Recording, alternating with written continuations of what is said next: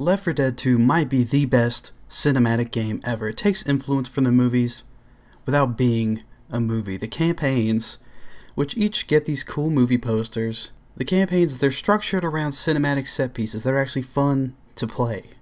Amazing. It uses cinematic techniques to accomplish gameplay goals, like literally spotlighting healing players. Players who are pinned by special infected get a red spotlight. And the camera movement at the start of campaigns even gives you a glimpse of the stage ahead. Left 4 Dead 2, it's a true cinephile's video game. You could say it's pure Kino. The game even has an AI director. Left 4 Dead 2's AI director is proof that you don't need randomness to keep a game fresh. No two runs are the same, but you never feel cheated by chance.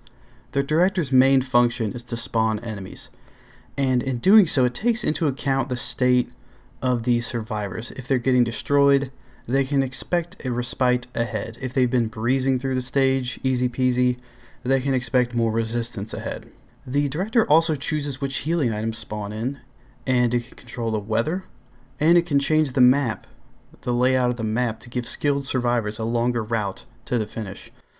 All these choices are determined throughout play based on what is happening in the game. It's not all generated at the start, and it's not all generated without regard for how the game has gone so far. It's reactive.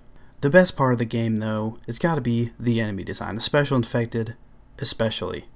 The mission of the specials is to separate the survivors, because survivors who are pinned down, they're helpless on their own. A teammate needs to kill the infected or knock them off.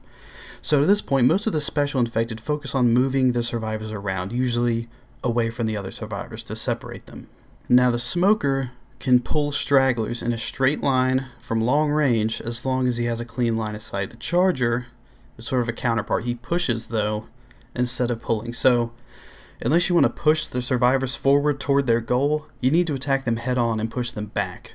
So whereas the smoker is more suitable for picking off stray survivors who stray too far from the group, the charger is really more suitable for breaking up groups. Because when you charge, the survivors who are near the charge, they get knocked down, and the target of the charge that you hit, he's momentarily helpless. So it punishes them for being too close together, and the smoker punishes them for being too far apart. Jockeys can move survivors around in any direction, not just in a straight line. The victim does have the ability to influence that direction, so it's hard to go in long distances because usually the survivor is going to be mashing the keyboard to stay near their team. His range is also shorter since he has to jump on the survivor instead of shooting a long tongue or charging from afar.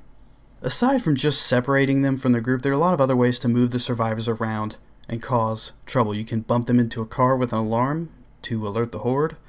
You can move them off the top of a building to incapacitate them off the edge. You can move them into a horde of common infected or other special infected or a witch. You can grab a survivor right before they pass a point of no return with their team, so the rest of them just have to leave that survivor behind with you.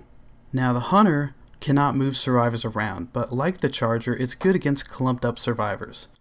Of course, the main reason to stay together as survivors is so you can quickly save a teammate who gets pinned. You don't have to run too far back to save them.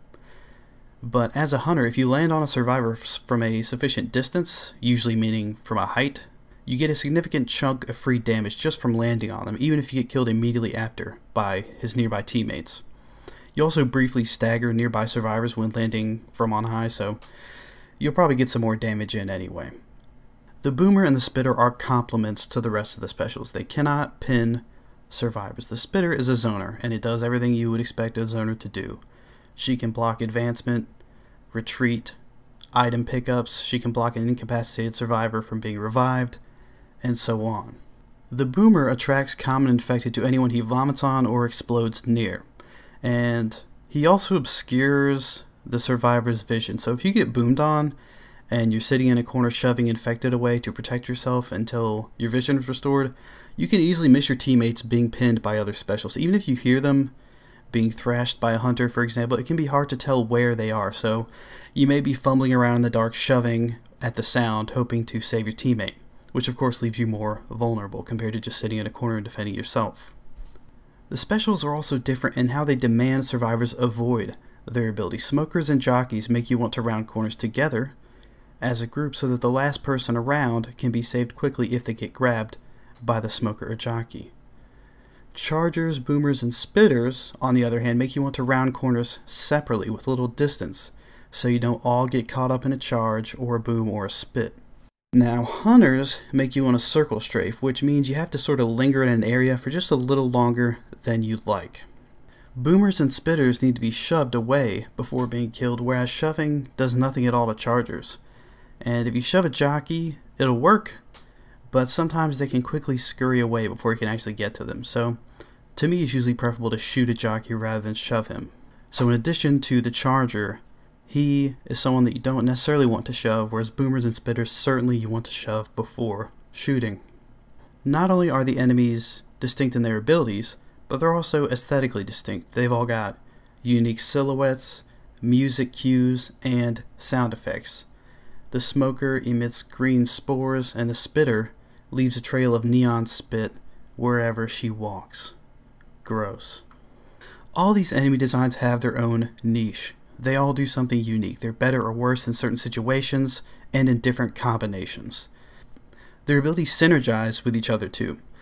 Left 4 Dead does not have tremendously complex mechanics, but the enemy designs really squeeze the juice out of them. If you're a survivor, you've got to mindfully shoot, shove, and move around in order to make it to the save room and avoid these specials. I love Left 4 Dead 2, okay, and I love you for watching this video. Have a wonderful week.